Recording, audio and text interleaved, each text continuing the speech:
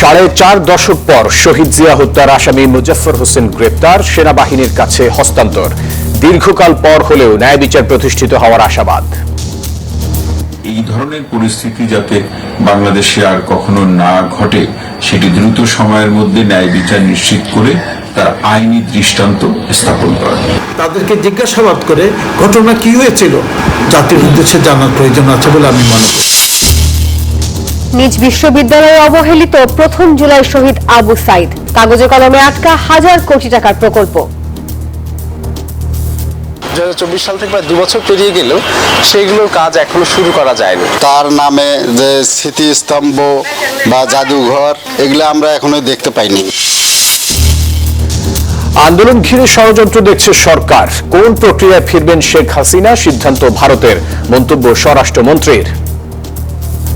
দেশে ফিরলে তাকে গ্রেফতার করা হবে এবং রায় কার্যকরের ব্যবস্থা নেওয়া হবে। দেশে ফিরিয়ে নিয়ে আসার জন্য আমাদের যা কিছু করণীয় আইনানুগভাবে সবকিছু আমরা সম্পন্ন করেছি।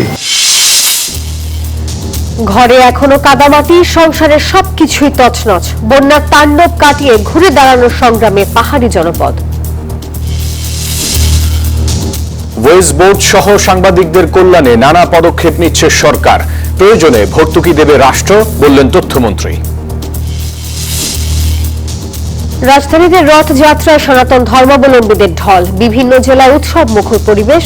9 দিন পর উল্টো রথে সমাপ্তি। এবং বিশ্বকাপ ফুটবলে বিদায়ের সুর। টানা 2 শিরোপা জয়ের স্বপ্নে বিভোর আর্জেন্টিনা। 20 জুলাই ফাইনালে প্রতিপক্ষ স্পেন।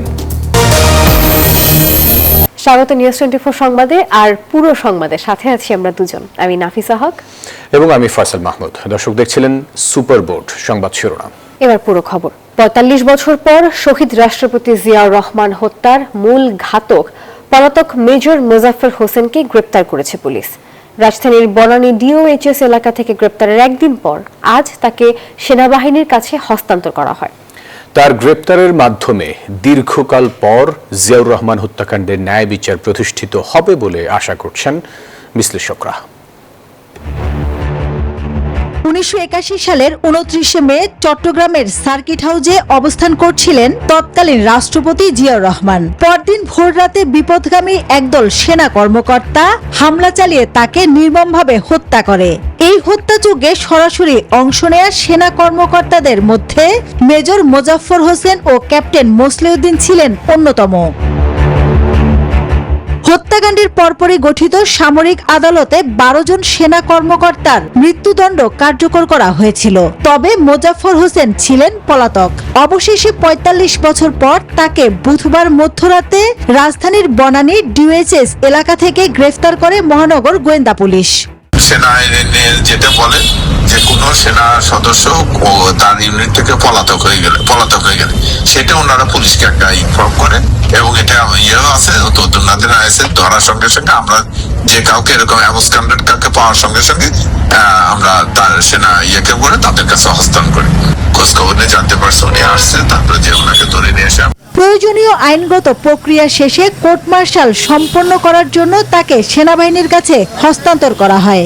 সেনাবাহিনী আসে, তার পরিচয় নিশ্চিত হয়, এখন তাদের কাছে নিয়ে গেছে। এখন তাদের আইন অনুযায়ী উনি এখানে যেখানে ছিল সেখানে ওনার মেয়ে থাকতো, মেয়ে জামাই থাকতো, ওনার ওয়াইফ থাকতো, ছেলে থাকতো। এটা ওনার শ্বশুরের বাসা, আমি সোফার যতটুকু জেনেছি।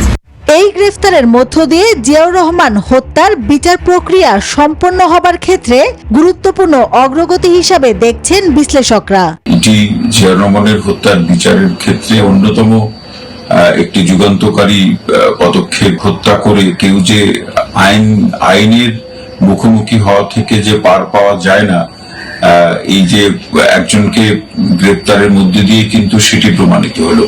এছাড়া জিয়াউর রহমান হত্যায় দেশি বিদেশি কি ষড়যন্ত্র ছিল তাও উদ্ঘাটিত হবে বলে আশা করছেন তারা। তাকে যেন একটা কমিশনের অধীন, জাতীয় লেভেলে একটা কমিশন অধীনও করে যেন এই ব্যক্তির কাছ থেকে প্রয়োজনীয় তথ্য পাওয়া যায় যে কেন এই হত্যাকাণ্ডটা ঘটেছিল। পিছনের যে রহস্য কিংবা ষড়যন্ত্র, দেশি বিদেশি ষড়যন্ত্র, সেটি উদ্ঘাটন করা কিংবা এই হত্যার সাথে আরো যারা ছিল তাদেরকে আইনের আওতায় নিয়ে আসা এবং যে কাজের সাথে বা পেশার সাথে সম্পৃক্ত ছিল সেই পেশা কিংবা দেশের প্রচলিত আইন অনুযায়ী বিচার সম্পন্ন করাটা খুব গুরুত্বপূর্ণ। আইনি প্রক্রিয়া সম্পন্ন করে শিগগিরই দণ্ডাদেশ কার্যকর করার তাগিদ বিশ্লেষকদের। মাসুদা লাবনী, নিউজ 24, ঢাকা।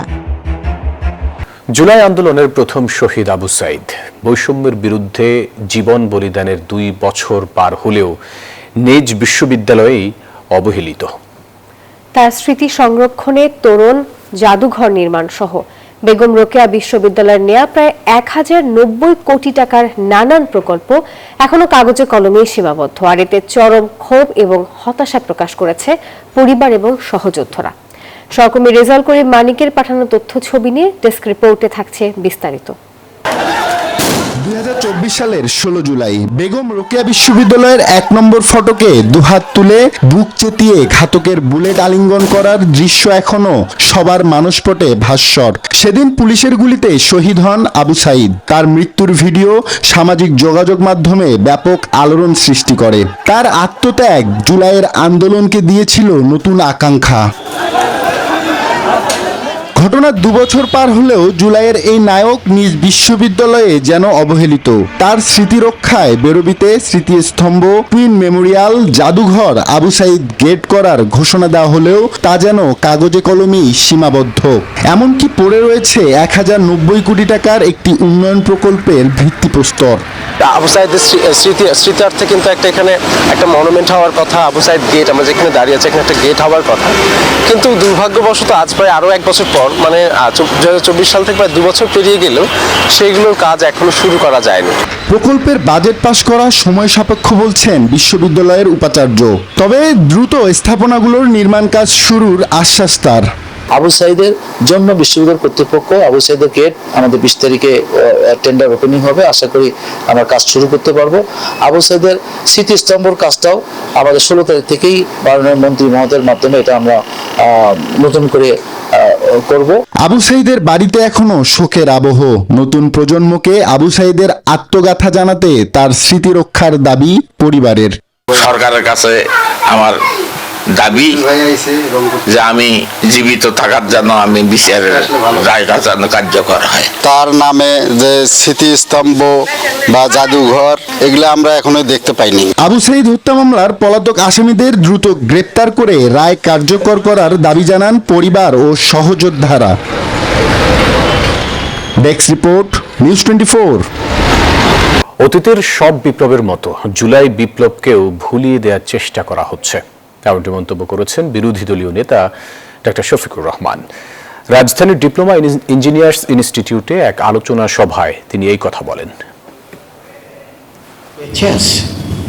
কষ্ট নিয়ে তাদের জন্য বড়ই কষ্ট লাগে।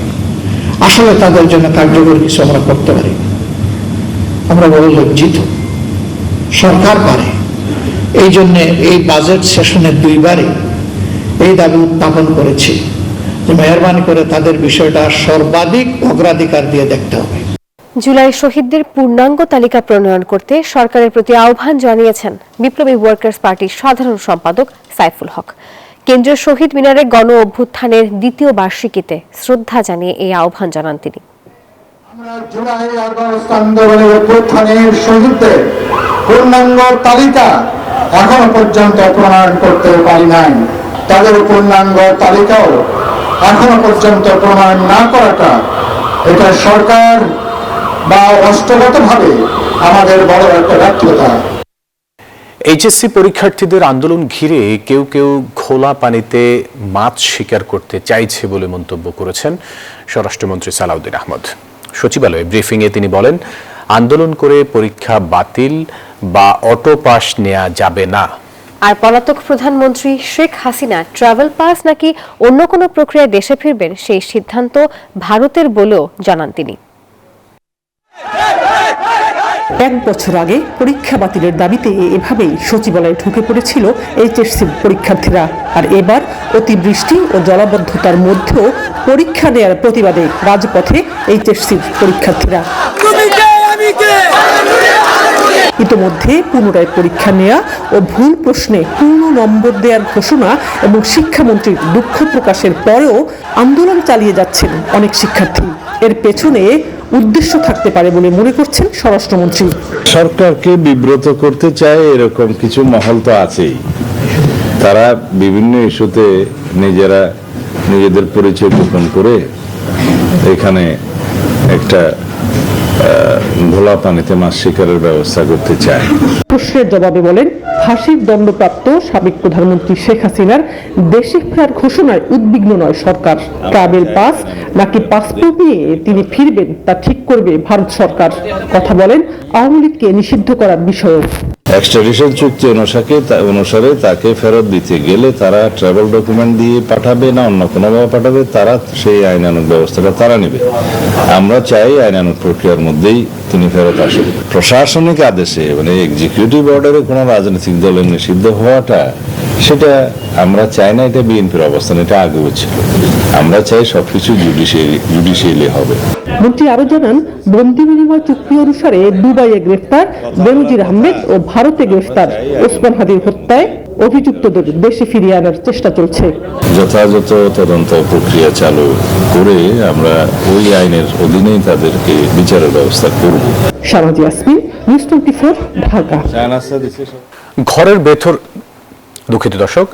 ঘরের ভেতরে এখনো কাদামাটি, ভাঙা বাঁশ, বেঁকে যাওয়া টিন আর ছড়িয়ে ছিটিয়ে থাকা সংসারের জিনিসপত্র বলে দেয় এখানে কয়েকদিন আগেও ছিল এক ভয়ঙ্কর বন্যার তাণ্ডব।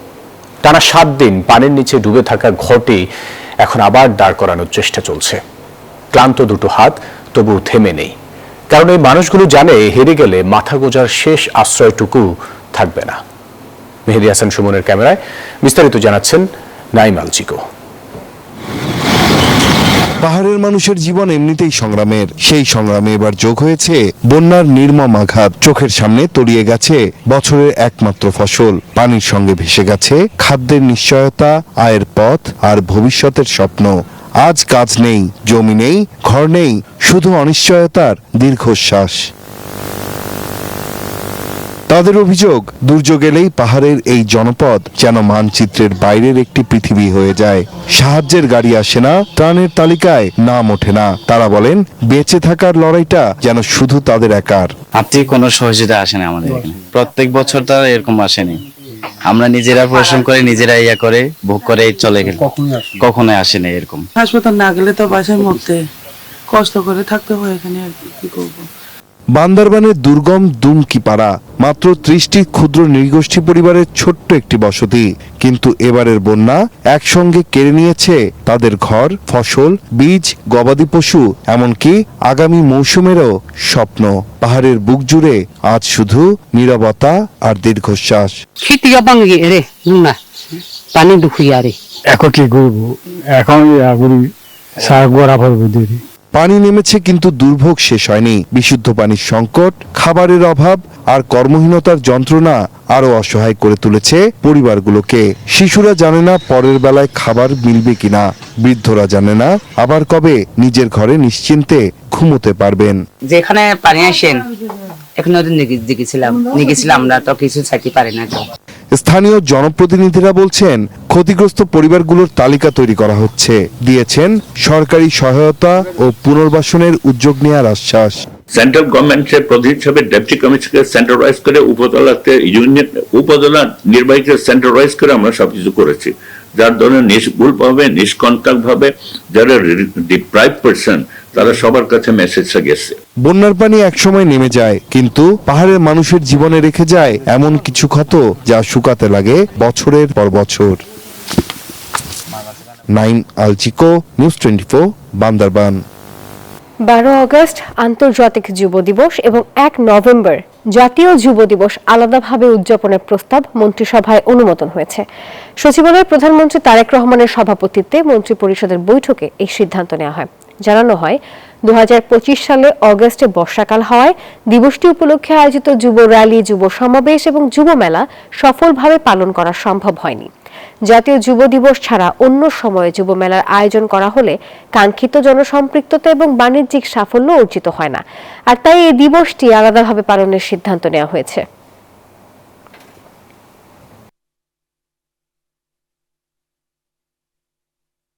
সমাজ ও সভ্যতাকে বাঁচিয়ে রাখতে হলে মুক্ত গণমাধ্যমের কোনো বিকল্প নেই। দরকার হলে রাষ্ট্র ভর্তুকি দিয়ে হলেও টিকিয়ে রাখবে স্বাধীন গণমাধ্যমের প্রবাহ। দৈনিক কালের কণ্ঠ অফিস পরিদর্শন করে সব কথা বলেন তথ্য সম্প্রচার মন্ত্রী জহিরুদ্দিন স্বপন। তিনি জানান, ওয়েজ বোর্ড গঠন সহ সাংবাদিকদের কল্যাণে নানা পদক্ষেপ নিচ্ছে সরকার। বৈঠকে গণমাধ্যমের কর্তা ব্যক্তিরা সাংবাদিকতার সামগ্রিক সংকট ও সম্ভাবনা নিয়ে কথা বলেন। বৃহস্পতিবার দুপুরে রাজধানীর বসুন্ধরা আবাসিক এলাকায় ইস্ট ওয়েস্ট গ্রুপের মিডিয়ার বিভিন্ন হাউস পরিদর্শনে আসেন তথ্য ও সম্প্রচার মন্ত্রী জহিরুদ্দিন স্বপন। সেখানে তথ্যমন্ত্রীকে জানানো হয় ফুলের শুভেচ্ছা। এরপর জনপ্রিয় দৈনিক কালের কণ্ঠের কনফারেন্স রুমে তথ্য ও সম্প্রচার মন্ত্রীর সঙ্গে মতবিনিময় করেন 7টি প্রতিষ্ঠানের সম্পাদক ও শীর্ষ গণমাধ্যম কর্মীরা।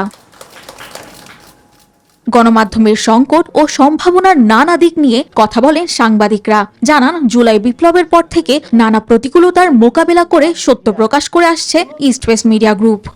আমরা আশা করি এই যে 18 মাসে বাংলাদেশের সবচেয়ে বড় মিডিয়া হাউস এটা যে ক্ষতিগ্রস্ত হলো, আপনি আমাদের অভিভাবকের জায়গা থেকে আমরা আপনার কাছে সেই ন্যায় বিচারটা পাবো। বসুন্ধরা গ্রুপের যে 7টি প্রতিষ্ঠান এই অন্তর্বর্তীকালীন সরকারের সময় ভীষণভাবে বঞ্চিত থেকেছে। অনলাইন নিউজ পোর্টালগুলো যেন বিজ্ঞাপন নীতিমালার মধ্যে আসতে পারে সেই সুযোগটা স্বপন ভাই করে দেবেন, এই প্রত্যাশা আমার রয়েছে। বিজ্ঞাপন বন্টনের চরম বৈষম্য, আন্ডারগ্রাউন্ডের পত্রিকার সিন্ডিকেট ভাঙা, স্বাধীন গণমাধ্যম কমিশন গঠন, সাংবাদিকদের জন্য পেনশন চালুর দাবি জানান প্রতিষ্ঠানের শীর্ষ ব্যক্তিরা। কারণ বসুন্ধরা গ্রুপ একদিকে মিডিয়াতে বিনিয়োগ করে সত্য প্রকাশের মাধ্যমে রাষ্ট্রের চতুর্থ স্তম্ভ হিসেবে কাজ করছে, অন্যদিকে নতুন নতুন কর্মসংস্থান করে মজবুত করছে দেশের অর্থনীতির ভিত্তি। দেশের জন্য কাজ করি, জনগণের জন্য কাজ করি, সাধারণ মানুষের দুঃখ দুর্দশা ভোগান্তি সেগুলো তুলে ধরি, কেন দেশটা যেন ভালো থাকে। ঠিক দাবি না, এটা আমাদের অধিকার। অন্যান্যরা যেইভাবে যেই যোগ্যতার ভিত্তিতে বিজ্ঞাপন পায়, আমাদের সবগুলো প্রতিষ্ঠান যেন সেইভাবে বিজ্ঞাপন পায়। দেখা যায় আরামবাগ ফকিরেবল থেকে তথাকথিত কিছু একই পেজ থেকে 5টা দৈনিক বের হয়, সেখানে দেখা যায় সাপ্লিমেন্ট, সেখানে ফুল পেজ বিজ্ঞাপন সরকারি। তো এই বিজ্ঞাপনের টাকাটা তো শুধু জলেতে যায়, এই পেপারগুলো তো মার্কেটে যায় না। এই বিজ্ঞাপনগুলো কেন আন্ডারগ্রাউন্ড এই পত্রিকাগুলোতে যাবে? অনুষ্ঠানে অনেকটা খোলামেলা আলোচনা করেন তথ্যমন্ত্রী জহিরুদ্দিন স্বপন। বলেন, দেশে এই প্রথম সম্পূর্ণ নিয়ন্ত্রণমুক্ত পরিবেশে গণমাধ্যম কাজ করছে। এই কয়েকদিনের মধ্যে একটা গণমাধ্যম সরকারের বিরুদ্ধে কিন্তু কোনো অভিযোগ দায়ের করে নাই। যারা যারা সাক্ষাৎ করতে গিয়েছেন তারা সবাই প্রধানমন্ত্রীকে কিন্তু প্রশংসা করে এসেছেন যে এই প্রথম কোনো ধরনের কোনো নিয়ন্ত্রণ মুক্তভাবে তারা গণমাধ্যম পরিচালনা করছেন। জানান, সাংবাদিকদের পেশাগত নিরাপত্তার পাশাপাশি সামাজিক মর্যাদা নিশ্চিত করতে এই শিল্পে কাঠামোগত পরিবর্তনের চেষ্টা করছে সরকার। গণমাধ্যমের এই পরিবর্তনের প্রক্রিয়াটাকে কিভাবে সবাই মিলে ধারণ করা যায় সে ব্যাপারে যেভাবে সহযোগিতা করছেন, তাতে আমরা আশা করি আমরা এটাকে একটা কাঠামোর মধ্যে শীঘ্রই আনতে পারবো। কত দ্রুত একটা সম্মানজনক বিজ্ঞাপন নীতিমালা, একটা সম্মানজনক ওয়েজ বোর্ড, একটা সম্মানজনক regulatory authority regulation rules and এর মধ্যে ঢোকা যায়, সেই কাজগুলি অন্তর্বর্তীকালীন সময়ে খুব দ্রুত করছি। অনুষ্ঠানে শুভেচ্ছা বক্তব্য রাখেন কালের কণ্ঠের ভারপ্রাপ্ত সম্পাদক মেহেদী হাসান তালুকদার।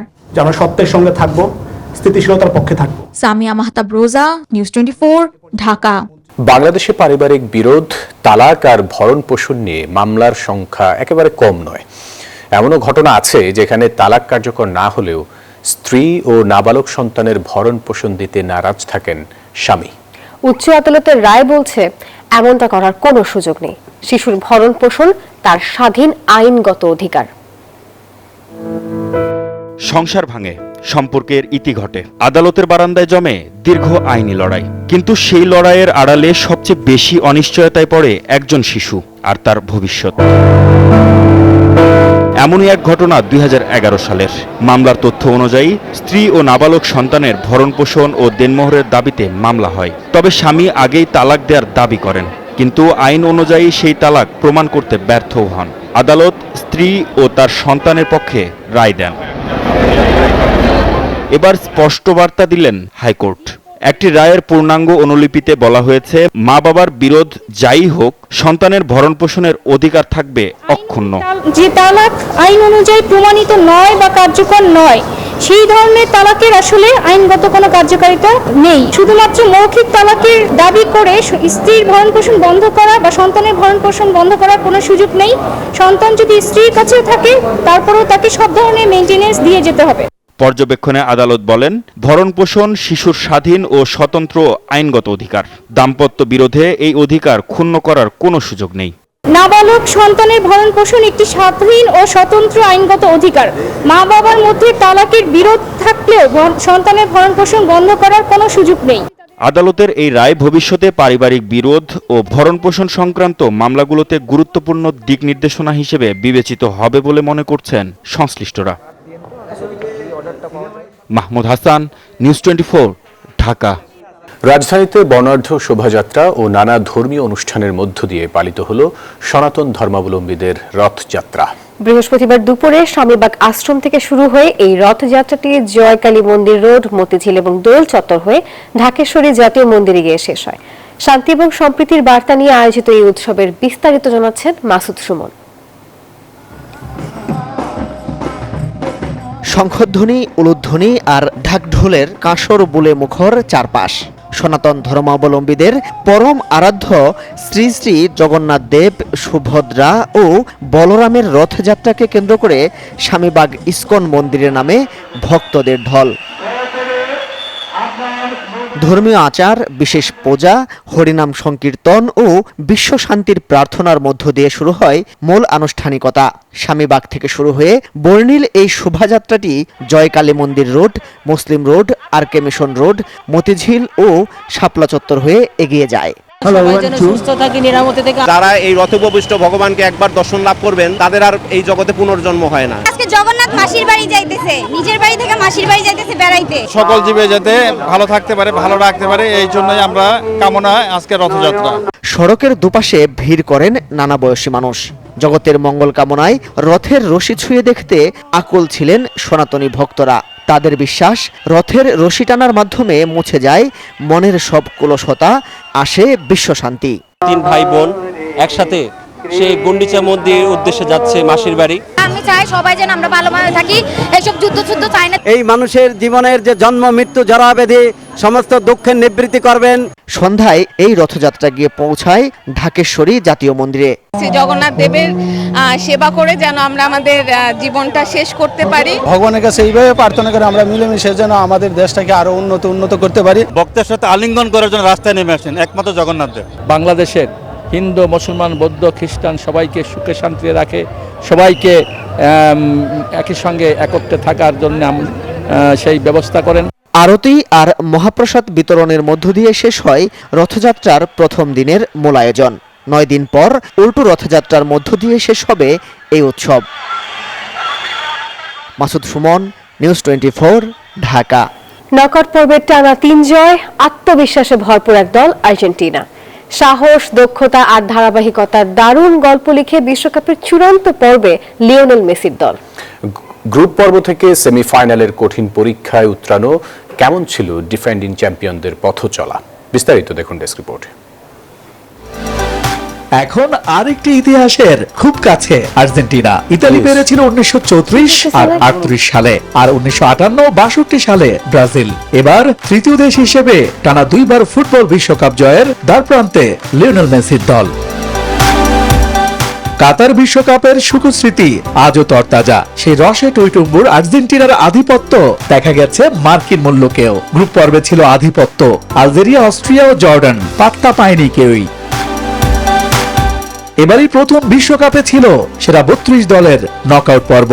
মেসিদের সামনে হাজির পুচকে কেপ ভার্দে। বেগ পেতে হলো না ততটা, তবে শেষ ষোলোতে ঘাম ঝরিয়ে ছাড়লো শক্তিশালী মিশর। শেষ 13 মিনিটে 3 গোলের ম্যাজিকে হাত ছেড়ে বাঁচে আর্জেন্টাইন শিবির। কোয়ার্টার ফাইনালেও 3 বারে বিশ্ব চ্যাম্পিয়নদের দিতে হয়েছে কঠিন পরীক্ষা। সামনে ছিল সুইজারল্যান্ড। জয় পেতে মেসিদের লড়তে হয়েছে অতিরিক্ত সময়েও। অবশেষে শিরোপার বড় দাবি নিয়ে মঞ্চে আসা ইংল্যান্ডের মুখোমুখি আর্জেন্টিনা। মঞ্চটা সেমিফাইনালের। প্রথমার্ধের লড়াইটা হলো মারমুখী। দুই পক্ষই যেন মেতে উঠল ফাউলের খেলায়। দ্বিতীয়ার্ধে নন্দন ফিরল মাঠে।